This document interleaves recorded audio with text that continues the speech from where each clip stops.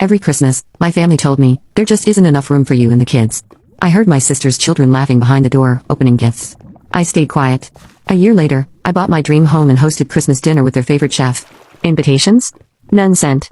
When photos hit social media, their silence turned to furious calls. Growing up, Christmas was always magical in the Peterson household. Mom would spend weeks decorating every inch of our childhood home, Dad would dress up as Santa for the neighborhood kids, and the smell of cinnamon rolls would wake us up on Christmas morning. Those memories felt like a lifetime ago as I stood outside my parents' front door last December, holding my two young children's hands while balancing a bag of presents. "Mommy, why aren't we going inside?" my 6-year-old daughter Emma asked, tugging at my coat sleeve. I took a deep breath and knocked again, louder this time. Through the frosted glass, I could see the warm glow of Christmas lights and hear laughter echoing from inside. Finally, my mother opened the door, her face immediately shifting from holiday cheer to what I can only describe as mild annoyance. "Oh, Sarah. I didn't realize you were coming by today," she said, not moving aside to let us in from the cold. "Mom, it's Christmas Eve?" "We talked about this last week," I replied, trying to keep my voice steady. "You said family dinner was at 6. Behind her, I could hear my sister Jennifer's voice calling out, "Kids, come see what Santa brought early," followed by squeals of delight from her twin boys. My mother glanced nervously over her shoulder, then back at me. "Well, the thing is, honey, we just don't have enough room this year. Jennifer's family is here, and you know how the boys get when there are too many people around. Maybe next year we can plan better?" The words hit me like ice water. Not enough room? In the house where I grew up. The same house that had hosted my cousins, aunts, uncles, and family friends every Christmas for decades? "But Mom, the kids were really looking forward to." "I'm sorry, Sarah. It's just not going to work out this year." She started to close the door, then paused. "Maybe you could come by tomorrow afternoon for a bit? After we've cleaned up?" The door clicked shut, leaving me standing there with my 4-year-old son Jake and Emma, both of whom were too young to fully understand what had just happened but old enough to sense something was very wrong. As we walked back to my car, I could hear the celebration continuing inside. Jennifer's boys were laughing, probably tearing into presents while sitting in the same spots where Emma and Jake should have been. Through the large front window, I caught a glimpse of the dining room table set for 8 people, my parents, Jennifer, her husband Mark, their twins, and even Jennifer's mother-in-law, who I'd met maybe 3 times in my life. 8 people. In a house that had comfortably seated 15 during countless Christmas dinners. "Mommy, are we still having Christmas?" Emma asked from her car seat as I sat in the driveway, trying to compose myself. "Of course, baby. We're going to have the best Christmas ever," I said, wiping away tears I hoped she couldn't see in the dark. That night, after putting the kids to bed in our small apartment, I sat at my kitchen table with a glass of wine and really took stock of my life. 6 months earlier, my divorce from Emma and Jake's father had been finalized. It wasn't messy, we simply grew apart, but it left me starting over at 32 with 2 young children and an entry-level marketing job. I'd moved back to my hometown specifically to be closer to family. I thought having grandparents, aunts, and uncles nearby would give my kids the support system I desperately wanted them to have. Instead, I was finding out just how little I apparently mattered to the people I'd always considered my closest family. This wasn't the first time, either. I'd been quietly excluded from family gatherings for months. Jennifer's birthday dinner? We already made reservations for 4. Mom's retirement party? It's just going to be small and intimate. Dad's 65th birthday? The restaurant has a private room, but it's pretty tiny. Every excuse was delivered with a smile and a promise that next time would be different. But next time never came, and I was always the one left out. The worst part was the gaslighting. When I gently bring up feeling excluded, Mom would act shocked. "Oh honey, you know you're always welcome. We just assumed you were busy with work and the kids." Jennifer would chime in with, "You should have just asked if you could come." As if I needed to beg for an invitation to family events. Sitting there on Christmas Eve, I made myself a promise. I was done being the family doormat. I was done making excuses for their behavior and pretending it didn't hurt. Most importantly, I was done letting my children see their mother be treated as less than. The next morning, Emma and Jake opened their presents in our little living room, and we had pancakes for Christmas breakfast. It wasn't the magical Christmas morning I'd envisioned, but watching their faces light up reminded me that we didn't need anyone else to be happy. That afternoon, I drove past my parents' house on the way to the park. Through the windows, I could see my family lounging around in matching Christmas pajamas, playing with new toys, the picture of holiday bliss. No one had called to check on us. No one had even sent a text. The moment I realized I was truly done caring about their approval was oddly liberating. Over the next few months, I threw myself into work with a new intensity.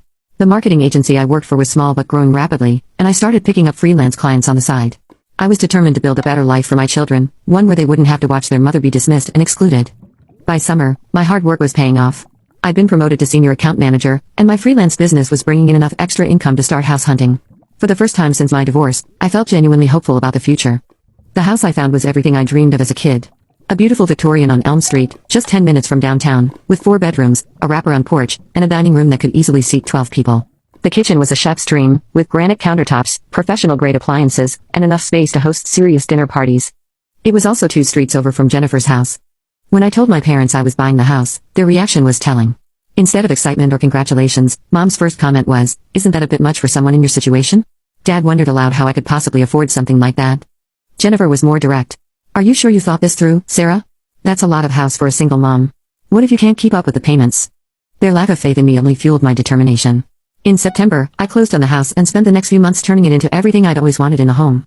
Emma and Jake each got their own rooms, painted in their favorite colors. I set up a home office where I could work on my growing freelance business. And I made sure that dining room was absolutely perfect. By November, I knew exactly what I wanted to do for Christmas. See, over the years, I'd heard my family rave about Chef Marcus Rodriguez countless times. He was the executive chef at Bellingham, the most expensive restaurant in our city, and apparently Jennifer's absolute favorite.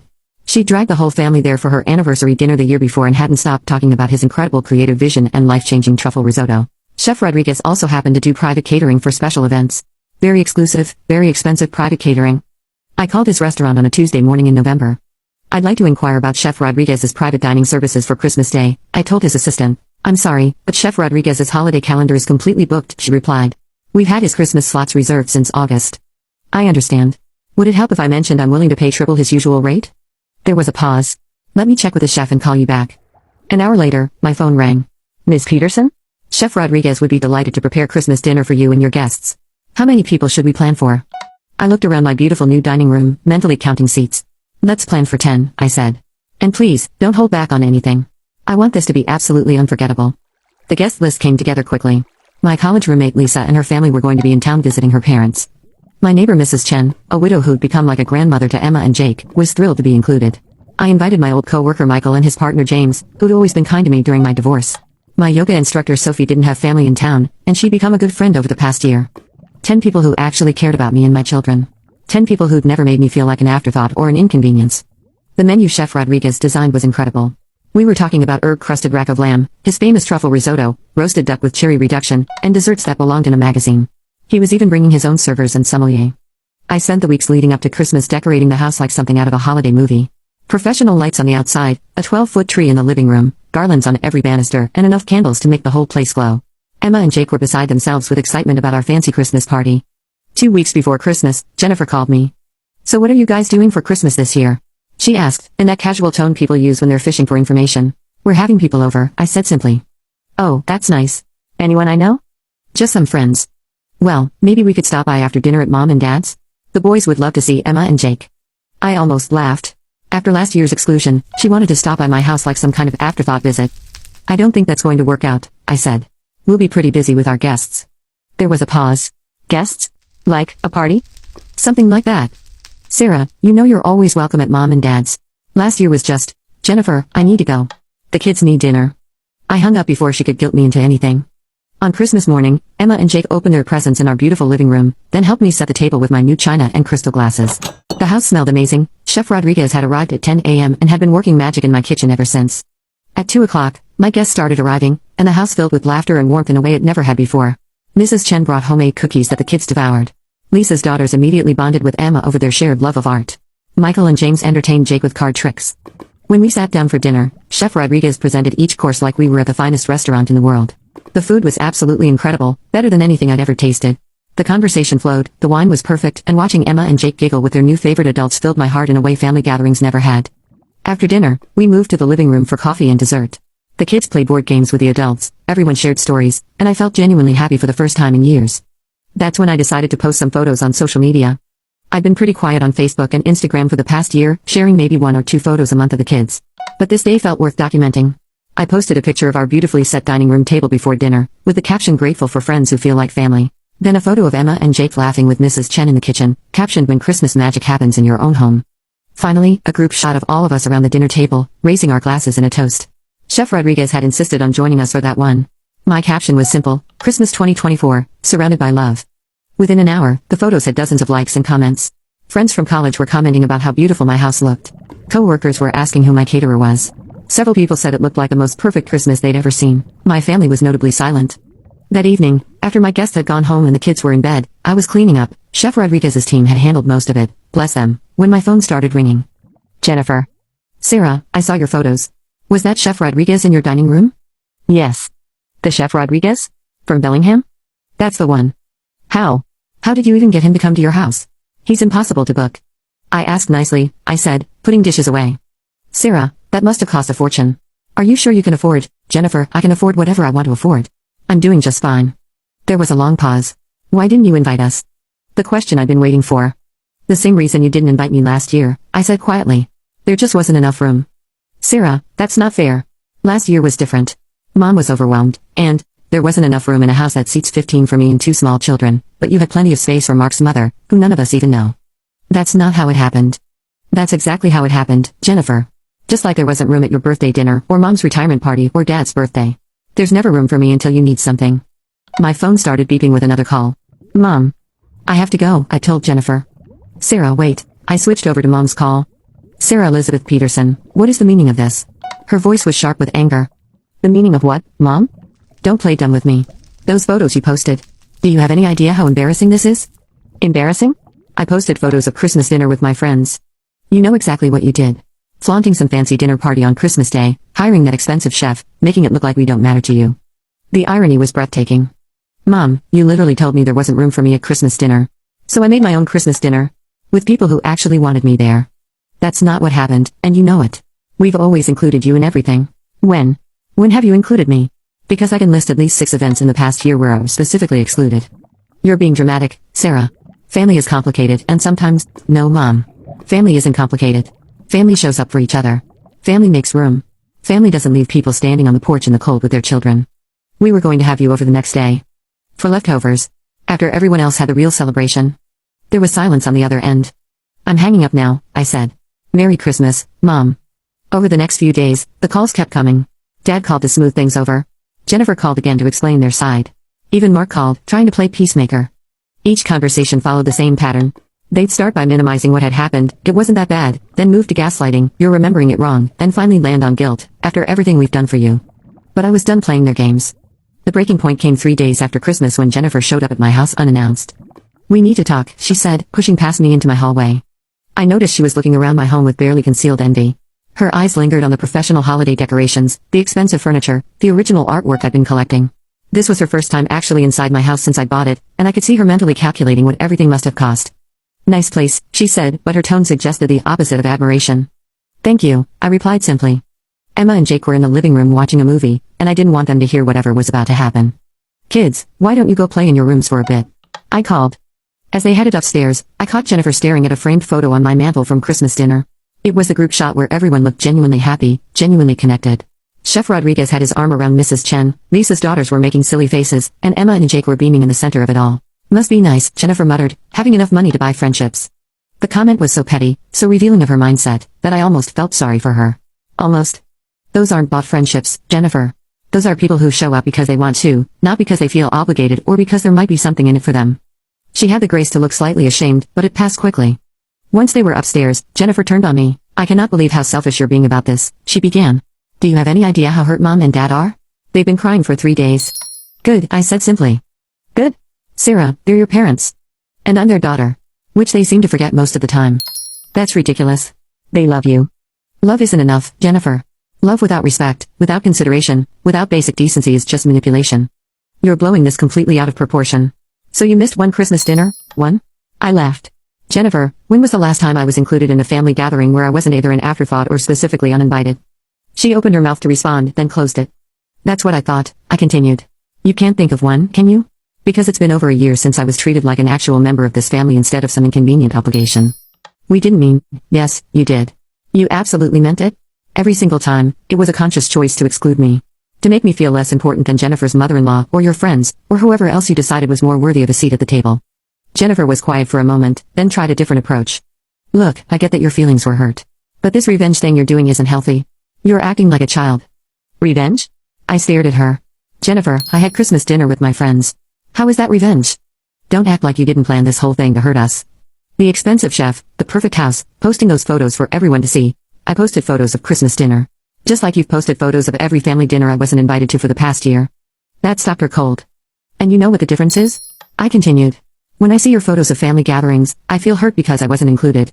When you see my photos, you feel hurt because you were excluded on purpose. Maybe now you understand how it feels. Sarah, please. Can't we just move past this? We're family. No, Jennifer. We're not family. Family doesn't treat each other the way you've treated me. Family doesn't make excuses for excluding people. Family doesn't gaslight someone when they express hurt feelings. So what are you saying? You're cutting us off? I looked around my beautiful home, thought about my amazing Christmas dinner, remembered the feeling of being surrounded by people who genuinely cared about me and my children. I'm not cutting anyone off, I said. I'm just not going to keep begging for scraps from people who have made it clear I don't matter to them. I have a full life now with people who value me. You're welcome to be part of that life if you can treat me with basic respect and kindness. But I'm done accepting less than that. Jennifer left without another word. That was 3 months ago. I've heard through mutual friends that my family is still hurt and confused by my behavior. Apparently, I'm being vindictive and holding grudges. They still haven't apologized. They also haven't invited me to anything. But here's the thing, I don't care anymore. My life is fuller and happier than it's ever been. Emma and Jake are thriving in their new schools and have made wonderful friends. My business is growing, and I'm considering expanding to hire additional freelancers. Mrs. Chen has become like a grandmother to the kids, and they adore her. Most importantly, I'm teaching my children that they deserve to be treated with respect and kindness, and that it's okay to walk away from people who consistently make them feel less than, even if those people are family. Last week, Emma asked me, Mommy, are we going to have another fancy Christmas party this year? Absolutely, I told her. Would you like to help me plan the menu? Her face lit up. Can we invite Mrs. Chen again? And Lisa's family? And maybe some of my friends from school? We can invite whoever we want, baby. It's our house, our Christmas, and our choice. Because that's what I learned that Christmas Day when I stood on my parents' porch in the cold. Sometimes the family you choose is better than the family you're born into. Sometimes you have to stop waiting for people to make room for you and start making your own space instead. And sometimes the best revenge isn't revenge at all, it's just living your best life without the people who try to make you feel small. My dining room table seats 12 now, and every seat will be filled with people who actually want to be there. People who would never dream of telling me there isn't enough room. I didn't need to, I replied. Good chefs talk to each other about difficult clients. You've built quite a reputation at the restaurants around town. It turns out that years of Jennifer treating service staff poorly, snapping at servers, complaining about everything, demanding discounts and freebies, had finally caught up with her. In a small city like ours, word gets around fast in the hospitality industry. That's not fair. She protested. Neither is leaving family members standing on the porch on Christmas Eve, I said. But here we are. What I didn't tell Jennifer was that Chef Rodriguez had actually reached out to me personally after her attempted booking. Your sister called my restaurant, he'd said during our phone conversation. I wanted to let you know that my team and I consider you a valued client, and we don't work with people who might compromise the positive relationships we've built. Apparently, Jennifer had been quite rude during her initial inquiry, treating his assistant dismissively and making demands about pricing and menu changes before even securing a booking. When they politely explained their policies, she'd become increasingly hostile. I've worked with many families like yours over the years, Chef Rodriguez had continued.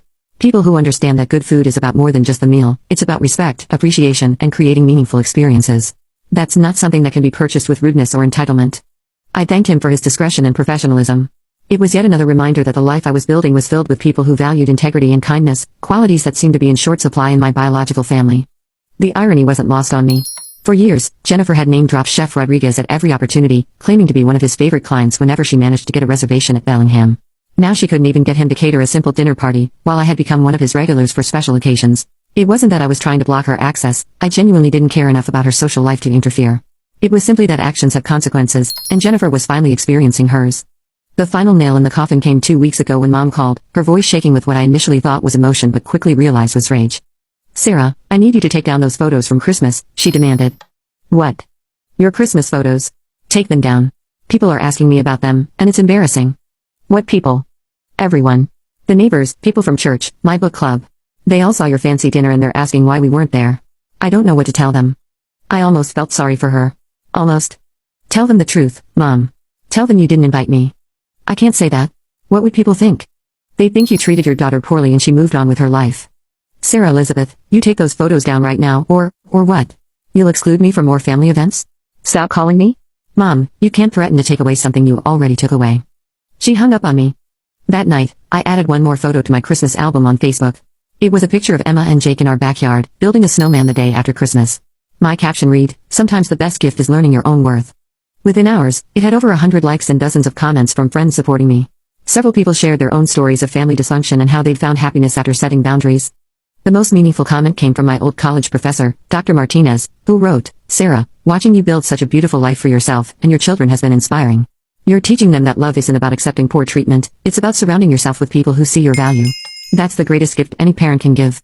That comment made me cry, happy tears, for once. Yesterday, I got a text from Jennifer, "Mom's birthday is next month. Are you going to keep this up forever?" I replied, "There's nothing to keep up. When you're ready to apologize and treat me like family, let me know. Until then, I'll be here living my life." She hasn't responded. The truth is, I sleep better now than I have in years. My kids are learning what healthy relationships look like. My career is thriving. My house is filled with laughter and warmth from people who choose to be there. Most importantly, I'm no longer teaching my children that they should accept crumbs from people who should love them unconditionally. Emma and Jake will grow up knowing they deserve to be chosen, celebrated, and valued, not as an afterthought or when it's convenient, but always. This Christmas, when Chef Rodriguez serves our second annual dinner, yes, I've already booked him, we'll be surrounded by friends who have become family. Mrs. Chen is bringing her famous cookies again. Lisa's family is flying in specifically for our dinner. 3 of Emma's school friends are joining us with their parents. Michael and James are bringing their new puppy, which has Emma and Jake absolutely thrilled. I've also invited my divorce attorney, Patricia, who became a friend during my legal proceedings and has been incredibly supportive of my journey toward independence. She's bringing her teenage daughter, who's been mentoring Emma in art projects. My yoga instructor Sophie is coming again, this time with her new boyfriend, who happens to be a professional photographer and has offered to capture our celebration. The guest list keeps growing organically, the way genuine relationships do. People who care about each other naturally want to include each other in special moments. It's such a stark contrast to my family's approach, where every invitation seemed calculated, conditional, or reluctantly extended. What's particularly satisfying is watching Emma and Jake learn what healthy relationships look like. They're seeing adults who show up consistently, who follow through on promises, who treat each other with respect and kindness. They're learning that love is demonstrated through actions, not just words. Last week, Emma asked me, "Mommy, why do some families make people feel sad, but our chosen family makes everyone feel happy?" The question was so perceptive, so insightful for a 6-year-old, that it took my breath away. Some people haven't learned how to love properly yet, I explained. But that doesn't mean we have to accept being treated badly while they figure it out. Is that why Grandma and Grandpa don't come to our house anymore? That's part of it, sweetheart. Sometimes people have to learn that their actions have consequences before they can change. She nodded solemnly, then brightened. Well, I like our family better anyway. Mrs. Chen makes the best cookies, and Lisa's girls are way more fun than those boys who were always mean to me. Out of the mouths of babes.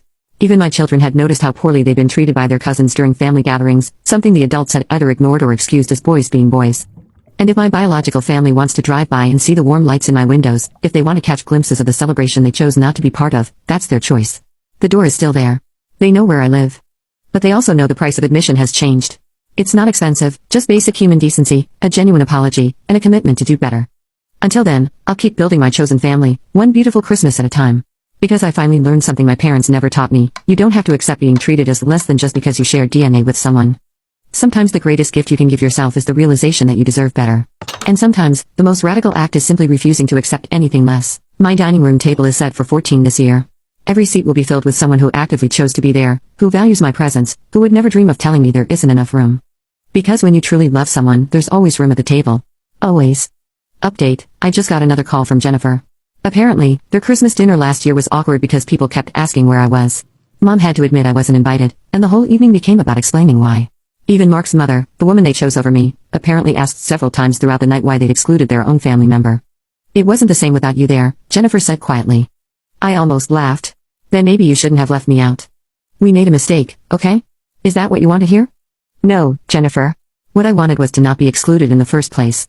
What I wanted was for my children to grow up feeling loved and welcomed by their grandparents. What I wanted was basic decency from people who are supposed to love me. So what now? Now? Now I have a life that doesn't require me to beg for acceptance from people who should give it freely. And you know what? It's a beautiful life. She was quiet for a long time. Are we ever going to be a family again? She asked finally. We could be, I said. But it would have to be a different kind of family than what we were. It would have to be one where everyone is valued equally, where apologies are genuine, and where people actually make an effort to include each other. I don't know if you're capable of that. I want to try, she said, so quietly I almost didn't hear her. Then try, I replied. But don't expect me to make it easy for you. Don't expect me to pretend the past didn't happen or accept half-hearted efforts. If you want to be part of my life, part of Emma and Jake's lives, you're going to have to earn it. That conversation happened yesterday. I don't know what will come of it, if anything. But for the first time in this whole ordeal, I heard something in Jennifer's voice that sounded like genuine remorse instead of just frustration that her actions had consequences. Maybe that's progress. Maybe it's not. Either way, my Christmas table is already full, and my life is already complete. Anything else would just be a bonus. What I haven't mentioned is how this experience has affected other areas of my life. My newfound confidence in setting boundaries has transformed my professional relationships too. I stopped accepting unreasonable demands from difficult clients, started charging what I'm actually worth, and began attracting better business as a result. My freelance marketing business has grown to the point where I'm considering incorporating and hiring employees. I've been approached by several companies who want to partner with me long-term. The financial security I've built has given me options I never had before, including the option to say no to people and situations that don't serve me. It's amazing how learning to value yourself in one area of your life spreads to all the others. The woman who used to accept being excluded from family gatherings was the same woman who undercharged clients and over-delivered to people who didn't appreciate it. Changing one pattern changed everything.